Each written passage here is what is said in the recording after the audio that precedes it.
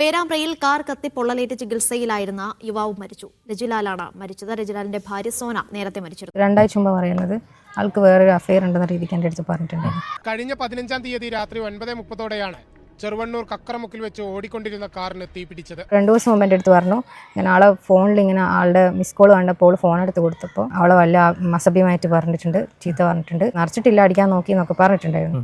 അപകടം നടന്ന് 9-ാം ദിവസമാണ് രജിൻലാലും വിടവാങ്ങുന്നത്. രജിൻലാലിന് മറ്റൊരു യുവതിയുമായി ബന്ധമുണ്ടായിരുന്നു. കാറിന്റെ പിറകിലുണ്ടായിരുന്ന രജിൻലാലിന്റെ ഭാര്യ സോന സംഭവ സ്ഥലത്ത് തന്നെ മരിച്ചു. 6 മാസം ഗർഭിണിയായിരുന്നു സോന. അവന് സംശയങ്ങളൊക്കെ ഉണ്ട്, DNA ടെസ്റ്റ് ഒക്കെ വേണമെന്ന് പറഞ്ഞായിരുന്നു. അവര് തോള് കൈയ്യെട്ടുന്നേ, സോനയെന്ന് വിളിക്കുന്നേ, ലാലുവേട്ടാന്ന് വിളിക്കുന്നേ. ഹലോ, ഞാൻ മുകേഷ് യാദവ്. സോനയ്ക്ക് പിന്നാലെ രജിലാലും മരണമടഞ്ഞിരിക്കുകയാണ്. ഇവിടെ ഇനി ഈ കേസുമായിട്ട് മുന്നോട്ട് പോകേണ്ട ആവശ്യമില്ല എന്ന് തന്നെയാണ് പോലീസും പറയുന്നത്. കാരണം പ്രതിയാണെന്ന് സംശയിക്കപ്പെട്ട ആൾ തന്നെ ഇപ്പം മരണമടഞ്ഞിരിക്കുകയാണ്.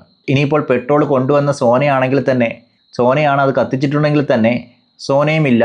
അതുപോലെ തന്നെ സോനയുടെ കുടുംബം പറയുന്നതിനനുസരിച്ച് രജിൻലാലാണ് ഇത് ചെയ്തിട്ടുണ്ടെങ്കിൽ രജിൻലാലും ഇന്ന് ജീവനോടില്ല. പക്ഷെ അവിടെയൊക്കെ ഓർക്കേണ്ടത് മൂന്നാമതൊരാൾ അവിടെ മറിഞ്ഞിരിപ്പുണ്ട്. അതായത് ഈ പ്രശ്നങ്ങൾക്കെല്ലാം ഇൻഡയറക്റ്റായിട്ട് നിൽക്കുന്ന ഒരു വ്യക്തി, അതായത് രജിലാലിൻ്റെ കാമുകി. ആ വ്യക്തി ഇപ്പോഴും മറിഞ്ഞു തന്നെ നിൽക്കുകയാണ്. ഒരുപക്ഷെ സോന ഇങ്ങനെയൊക്കെ ചെയ്യണമെങ്കിൽ അതിൽ പകുതി ഉത്തരവാദിത്തം ആ പെൺകുട്ടിക്കും ഉള്ളതാണ്. എന്നാൽ രജിലാലിൻ്റെ മരണത്തോടനുബന്ധിച്ച് തന്നെ ആ പെൺകുട്ടിയും രക്ഷപ്പെട്ടു എന്ന് തന്നെ കരുതാം. ഇവിടേക്കാണോ ഒന്ന് ചിന്തിക്കേണ്ടത്, സോന എന്ന് പറയുന്ന പെൺകുട്ടി എന്തിന് ആത്മഹത്യ ചെയ്യണം? ഇല്ലെങ്കിൽ പെട്രോൾ വാങ്ങി ആ കാറിനുള്ളിൽ തന്നെ മരിക്കണമെങ്കിൽ അത്രയ്ക്ക് മാനസികമായിട്ടുള്ള വിഷമം അനുഭവിച്ച് ഇനി ജീവിച്ചിട്ട് കാര്യമില്ല എന്ന തോന്നൽ ഉണ്ടായത് മുതലായിരിക്കാം അങ്ങനെ ചെയ്യാനുള്ള തീരുമാനമെടുത്തത്. അവിടെയൊക്കെ ആലോചിക്കണം, കൂടെ ഉണ്ടായിരുന്ന കുട്ടിയും ജീവിച്ചിരുന്നിട്ട് കാര്യമില്ല എന്നുള്ള തോന്നൽ സോനയ്ക്കുണ്ടായിരുന്നിരിക്കണം. അതുകൊണ്ടായിരിക്കാം ഗർഭിണിയായിട്ട് പോലും ഇങ്ങനെ ഒരു കടും കൈക്ക് ശ്രമിച്ചത്. ഇനി മറ്റൊരു തരത്തിൽ പറയുകയാണെങ്കിൽ രജിലാലാണിത് ചെയ്തതെങ്കിൽ തന്നെ ആർക്ക് വേണ്ടിയായിരിക്കും ഇത് ചെയ്തത്? കാമുകിക്ക് വേണ്ടി മാത്രമായിരിക്കും ചെയ്തത് എന്ന് കരുതി തെളിവുകൾ നോക്കുകയാണെങ്കിൽ പറയാം, രജിലാലല്ല, സോനയാണ് പെട്രോൾ വാങ്ങിയതും അതുപോലെ തന്നെ സോന തന്നെയാണ് കത്തിച്ചതെന്നുമാണ് രജിലാൽ പോലീസിന് മൊഴി നൽകിയിരിക്കുന്നത്. അങ്ങനെ ആയാൽ തന്നെ സോന ആത്മഹത്യ ചെയ്യണമെങ്കിൽ ഒരു കാരണം വേണമല്ലോ. അത് സ്വന്തം ഭർത്താവായ രജിലാലിൻ്റെ അവീതം തന്നെയാണെന്ന് പറയാം. അങ്ങനെയെങ്കിൽ അതിൻ്റെ പകുതി ഉത്തരവാദിത്വം ആ കാമുകിക്കുമുണ്ട്. എന്നാൽ ഈ കാമുകി എന്ന് പറയുന്ന വ്യക്തി ആരും കണ്ടിട്ടുമില്ല, അവർ ഈസിയായിട്ട് രക്ഷപ്പെടുകയും ചെയ്തു. അതാണ് ഇപ്പോൾ നടന്നത്. എന്തായാലും മരണത്തിന് മുമ്പ് രജിലാൽ കുറേ കാര്യങ്ങൾ പറഞ്ഞിട്ടുണ്ടായിരുന്നു ആ ആക്സിഡൻറ്റ് നടന്ന സംഭവത്തെക്കുറിച്ച്. അത് പോലീസ് തന്നെ മരിക്കുന്നതിന് മുമ്പ് രജിലാലിൻ്റെ മൊഴി എടുത്തിരുന്നു. എന്തായാലും മൊഴിയിൽ എന്തൊക്കെയാണ് പറയുന്നതെന്ന് കൂടെ നമുക്കൊന്ന് കേട്ടു നോക്കാം. കാറിനുള്ളിൽ നിന്നപ്പോൾ പെട്രോളിന്റെ ഗന്ധം അനുഭവപ്പെടുകയും താൻ തിരിഞ്ഞ് പുറകിലേക്ക് നോക്കി എന്താണ് സംഭവം എന്ന് ചോദിക്കുകയും തീ ആളുകയുമായിരുന്നു എന്നാണ് മൊഴി നൽകിയത്. ആദ്യഘട്ടത്തിൽ ഈ മരണങ്ങളുമായി ബന്ധപ്പെട്ട്, അല്ലെങ്കിൽ ഈ സോനയുടെ മരണം, ഈ ഭാര്യ സോനയുടെ മരണവുമായി ബന്ധപ്പെട്ട് സോനയുടെ കുടുംബം രജിൻലാലിനെതിരെ ആരോപണങ്ങളുമായി മുന്നോട്ട് വന്നിരുന്നു. അവരുടെ വിവാഹ ജീവിതത്തിൽ ചില പൊരുത്തക്കേടുകൾ, വഴക്കുകൾ മറ്റുമൊക്കെ ഉണ്ടായി. അതിനെ തുടർന്ന് വലിയ മാനസികവും ശാരീരികവുമായ പീഡനങ്ങൾ ഈ സോന നേരിടേണ്ടി വരികയും ചെയ്തു. അതുകൊണ്ടൊരു കൊലപാതകം ആണ് എന്ന രീതിയിലായിരുന്നു ആദ്യ ഘട്ടത്തിലെ ആരോപണം വരുന്നത്. പ്രത്യേകിച്ചും ഈ വാഹനം കത്തിയപ്പോൾ തന്നെ രജിൻലാൽ പുറത്തേക്ക് ഇറങ്ങിയതടക്കമുള്ള കാര്യങ്ങൾ ചൂണ്ടിക്കാട്ടിയായിരുന്നു ഈ ആരോപണം ഉന്നയിച്ചത്. ഇവിടെ രജിൻലാൽ മരിക്കുന്നതിന് മുമ്പ് പറഞ്ഞതിനനുസരിച്ചാണെങ്കിൽ കാർ ഓടിച്ചുകൊണ്ടിരിക്കുന്ന സമയത്ത് തന്നെ രൂക്ഷമായുള്ള പെട്രോളിന്റെ ഗന്ധം അനുഭവപ്പെട്ടു. അതിനെ തുടർന്ന് സോനയോട് കാര്യങ്ങൾ തിരക്കുകയും ആ സമയത്ത് തീ ആളിക്കത്തുകയായിരുന്നു എന്നാണ് പറയുന്നത്. അങ്ങനെയാണെങ്കിൽ പെട്രോൾ കൊണ്ടുവന്നതും പെട്രോൾ ഒഴിച്ച് കത്തിച്ചതും സോന തന്നെ ആയിരിക്കണം. അവിടെയൊക്കെ സോന സ്വന്തം ജീവൻ എടുക്കാൻ വേണ്ടിയാണോ എന്ന് പറയാൻ കഴിയത്തില്ല. ഒരുപക്ഷെ തന്നോടൊപ്പം രജിൻലാലും മരിക്കണമെന്നുള്ള ഉദ്ദേശത്തോടു കൂടിയായിരിക്കും അത് ചെയ്തത്. ഇല്ലെങ്കിൽ ഒറ്റയ്ക്ക് ആരുമില്ലാത്ത സമയത്ത് സോനയ്ക്ക് ഇത് ചെയ്യാമായിരുന്നു. അത് വീട്ടിൽ വെച്ചോ ഒക്കെ ചെയ്യാമായിരുന്നു. അങ്ങനെ നോക്കുകയാണെങ്കിൽ താനും കുട്ടിയും അതുപോലെ തന്നെ ആ കുട്ടിയുടെ അച്ഛനും എല്ലാവരും മരിക്കണമെന്നുള്ള വിചാരത്തോടു കൂടിയായിരിക്കും സോന ഇങ്ങനൊരു കടും കൈ ചെയ്തത്. ഇവിടെയൊക്കെ പലരും പറയുന്നുണ്ട്, ഒരു നിരപരാധിയുടെ ജീവൻ കൂടി പോയില്ലേ എന്ന്. ഇവിടെയൊക്കെ ചോദിക്കാനുള്ളത്, ആരാണ് നിരപരാധി? സോന ഇങ്ങനൊരു പ്രവൃത്തി ചെയ്യാൻ തന്നെ കാരണം രജിലാലും രജിലാലിൻ്റെ അവീതവുമാണ്. അങ്ങനെയുള്ളപ്പോൾ രജിലാൽ എന്ന് പറയുന്ന വ്യക്തി എങ്ങനെ നിരപരാധിയാവും? അവിടെയൊക്കെ ഗർഭിണിയായിരുന്ന ഒരു സ്ത്രീയാണ് ഇങ്ങനെ ചെയ്യുന്നതെന്ന് ഓർമ്മ വേണം. ഇനി അങ്ങോട്ടൊരു ജീവിതമില്ല എന്ന് തോന്നൽ ഉണ്ടായത് മുതലായിരിക്കാം സോന ഇങ്ങനെയൊക്കെ ചെയ്യാൻ തുടങ്ങിയത്. അവിടെയൊക്കെ കല്യാണത്തിന് മുമ്പും പ്രശ്നങ്ങളുണ്ടായിരുന്നു. ഇദ്ദേഹം പ്രണയിച്ചുകൊണ്ടിരുന്ന സമയത്തും ആ പ്രണയം ഉപേക്ഷിച്ച് വേറെ പോകാൻ നോക്കി. അങ്ങനെ സോന ആത്മഹത്യ ചെയ്യാൻ റെയിൽവേ സ്റ്റേഷനിൽ പോയി. അവിടെ വെച്ച് പോലീസ് പിടിച്ചു എന്നൊക്കെ പറയുന്നുണ്ട്. ആ സന്ദർഭത്തിൽ സോന ഒരിക്കലും ആഗ്രഹിച്ചിരുന്നില്ല രജിൻലാലിനെ കൊല്ലണമെന്ന്. താൻ സ്വയം മരിക്കാനാണ് പോയത്. അങ്ങനെയുള്ളപ്പോൾ ആ സമയത്ത് സോന ഒരിക്കലും രജിൻലാലിനെ കൊല്ലണമെന്ന് തീരുമാനിച്ചതുമില്ല, സ്വയം മരിക്കാനാണ് പോയത്.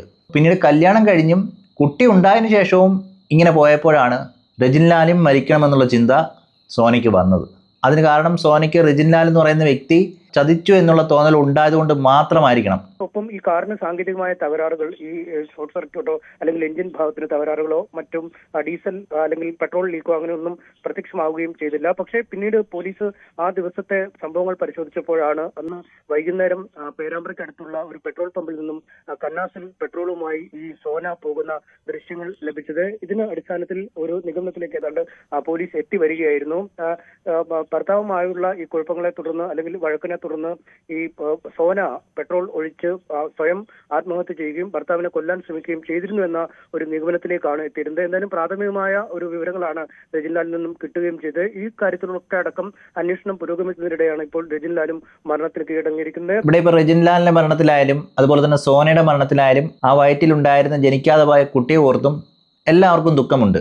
എന്നിരുന്നാലും ഈ 3 പേരുടെയും മരണത്തിനിടയാക്കിയ കാരണം അത് വിശദീകരിക്കേണ്ടത് തന്നെയാണ്. കാരണം ഈ സമൂഹത്തിൽ ഇങ്ങനെയുള്ള കാര്യങ്ങൾ പലയിടത്തും നടക്കുന്നുണ്ട്, പലയിടങ്ങളിലും ഇങ്ങനെ നടക്കുന്നുണ്ട്. ഒരുപക്ഷെ ഇവിടെ സോനയെ ഉപേക്ഷിക്കുമെന്ന് തോന്നിയത് കൊണ്ടായിരിക്കാം സോന ഇങ്ങനെ ചെയ്തത്. അങ്ങനെയെങ്കിൽ സോന ഡിവോഴ്സ് ആകുകയും ഈ കുട്ടിയെ വളർത്തേണ്ട ആവശ്യകത സോനയ്ക്ക് വരികയും ചെയ്യും. ആ സമയത്ത് രജിൻലാൽ എന്ന് പറയുന്ന വ്യക്തി സഹായം വല്ലതും ചെയ്യുമായിരിക്കും, ഇല്ലെങ്കിൽ കോടതി മുഖേന എന്തെങ്കിലും മാസം കൊടുക്കുമായിരിക്കും. അതുപോലെ അദ്ദേഹം വേറെ വിവാഹം കഴിക്കുകയും ചെയ്യും. പക്ഷേ ഈ സ്ത്രീകളുടെ അവസ്ഥ കുറച്ചുകൂടി കഷ്ടമാണ്. അവർക്ക് താനുൾപ്പെടെ ഒരു കുട്ടിയും കൂടെ അധികമായിട്ട് വരികയാണ്. ഇനി അതൊരു പുതിയൊരു കല്യാണത്തിലേക്ക് പോവുകയാണെങ്കിൽ തന്നെ ആ കുട്ടി ഒരു ബാധ്യതയാവാൻ ചാൻസ് ഉണ്ട്. പിന്നീട് അങ്ങോട്ട് ചിലപ്പോൾ സോന വിവാഹം കഴിക്കേണ്ട എന്ന് തന്നെ തീരുമാനിച്ചെന്നും വരാം. അങ്ങനെയുള്ളപ്പോൾ രജിലാൽ പുതിയ കാമുകിയുമായി സന്തോഷത്തോടെ ജീവിക്കുകയും സോന ഒറ്റപ്പെട്ടു പോകുന്ന അവസ്ഥയൊക്കെ ആലോചിച്ച് തന്നെ ആയിരിക്കണം ഇങ്ങനെയൊക്കെ ചെയ്തത്. ഒരിക്കലും ഞാൻ ഈ ചെയ്തതിനെ അംഗീകരിക്കുന്നില്ല. എന്നിരുന്നാലും സോനയുടെ അപ്പോഴത്തെ മാനസികാവസ്ഥ അതിനെക്കുറിച്ച് പറഞ്ഞു എന്ന് മാത്രമേ ഉള്ളൂ. കാരണം സോന ഈ പ്രവൃത്തി ചെയ്യുന്നതിന് മുമ്പ് കൂട്ടുകാരിയോട് എല്ലാം തുറന്നു പറഞ്ഞിരുന്നു. അതിനെക്കുറിച്ച് കൂട്ടുകാരിയും പല കാര്യങ്ങളും പറയുന്നുണ്ട്.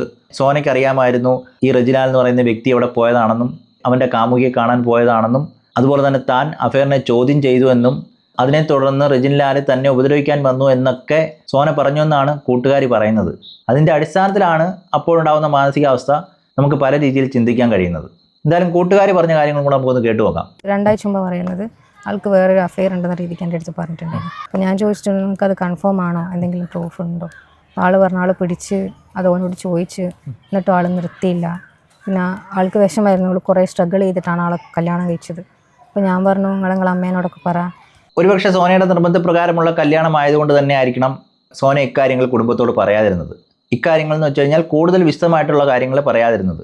കാരണം ആ പ്രേമിക്കുന്ന സമയത്ത് നമ്മൾ പറയും നിങ്ങളാരും ഇതിൽ ഇടപെടേണ്ട, ഞങ്ങൾ ഒരിക്കലും പിരിയത്തില്ല, അതുപോലെ തന്നെ ഒരു പ്രശ്നവും ഉണ്ടാവത്തില്ല എന്നുള്ള വീരവാദമൊക്കെ ആ സമയത്ത് പറയുകയും വീട്ടുകാരെ എതിർത്തുമൊക്കെ ആയിരിക്കും ഈ കല്യാണം നടത്തിയത്.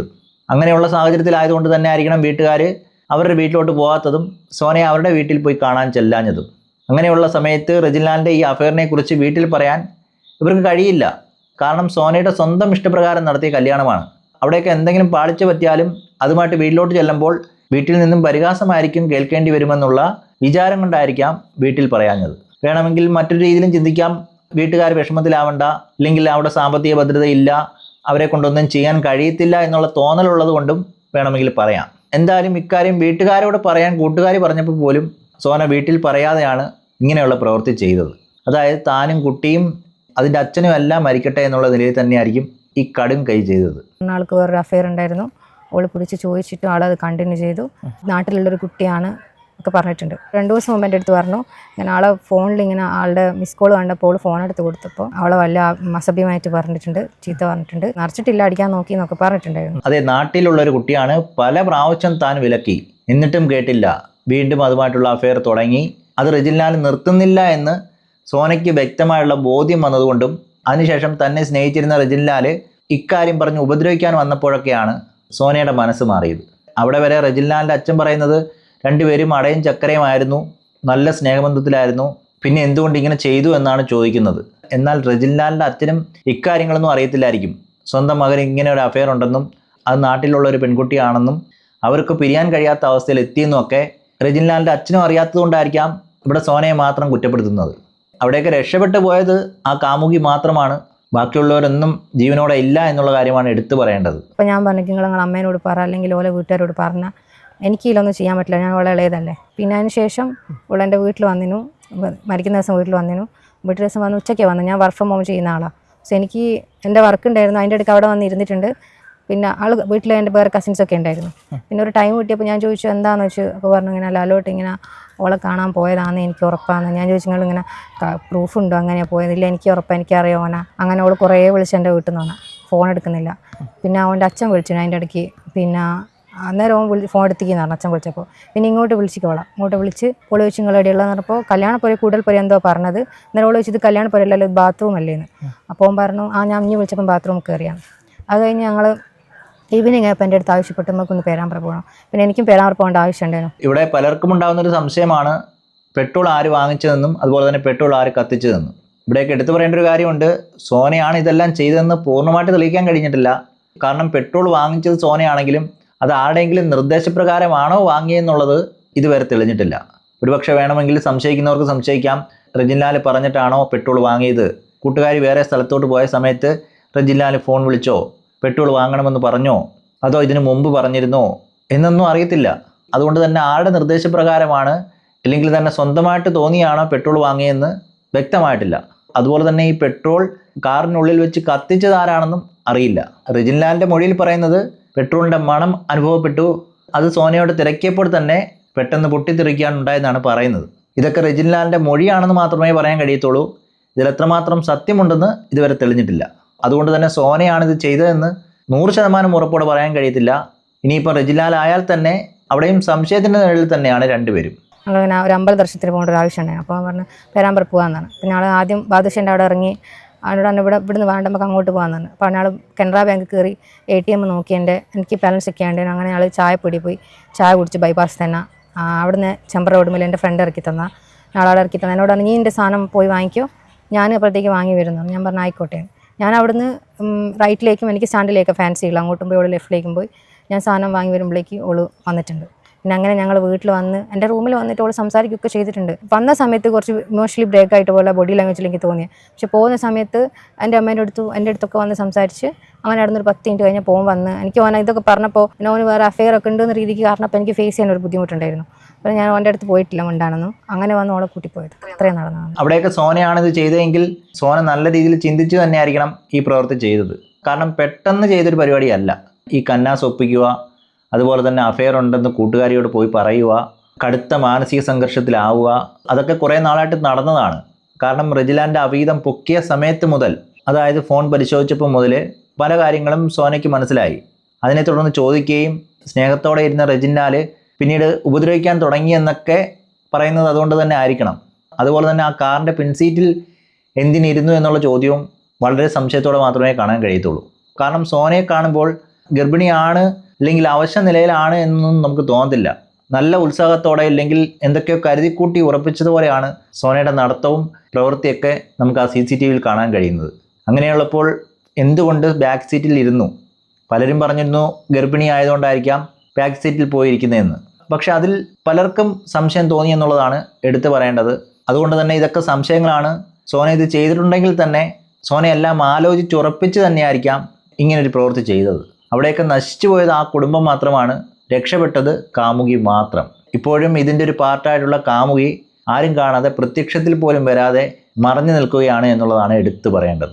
റെജിൻലാലിന് മറ്റൊരു യുവതിയുമായി ബന്ധമുണ്ടായിരുന്നുവെന്നും ഇതറിഞ്ഞ സോന ആത്മഹത്യ ചെയ്യാൻ ശ്രമിച്ചു. റെയിൽവേ സ്റ്റേഷനിൽ പോയി ട്രെയിനിൽ ചാടി ആത്മഹത്യ ചെയ്യാൻ എന്നുള്ള കാര്യം ഈ ബന്ധുവായ ഒരു യുവതിയും പറയുന്നുണ്ട്. പിന്നീട് റെയിൽവേ പോലീസ് ഉൾപ്പെടെ ഇടപെട്ടാണ് സോനയെ പിന്തിരിപ്പിച്ചതെന്നുള്ള കാര്യമാണ് യുവതി പറയുന്നത്. എന്തായാലും ഈ ഭർത്തൃ വീട്ടിനെതിരെയാണ് കുടുംബത്തിന്റെ ആരോപണം ഉന്നയിക്കുന്നത്. പലതവണ ഈ സോനയെ വീട്ടിൽ പട്ടിണി കിട്ടിയിരുന്നുള്ള കാര്യം കൂടെ സോനയുടെ കുടുംബം ആരോപിക്കുന്നുണ്ട്. സോന കുടുംബവുമായി ബന്ധപ്പെടുന്നത് ഈ ഭർത്തൃ വീട്ടുകാർക്ക് ഇഷ്ടമുണ്ടായിരുന്നില്ല എന്നുള്ള കാര്യം കുടുംബം പറയുന്നുണ്ട്. ഇപ്പോൾ ഗർഭിണിയായ ശേഷം മാത്രമാണ് സോനയുമായി അമ്മ ഉൾപ്പെടെയുള്ള ബന്ധുക്കൾ ബന്ധപ്പെടുന്നത്.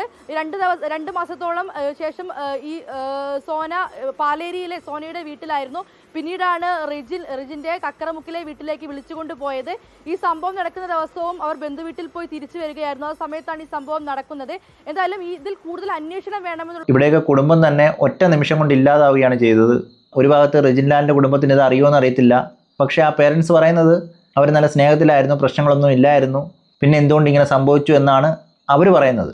ചിലപ്പോൾ അവർക്ക് ഈ വിഷയങ്ങളൊന്നും അറിയാത്തതുകൊണ്ടായിരിക്കാം. ഇനി അതല്ല ഇതെല്ലാം മറച്ചു വെച്ച് പറഞ്ഞതാണോ എന്നൊന്നും അറിയത്തില്ല.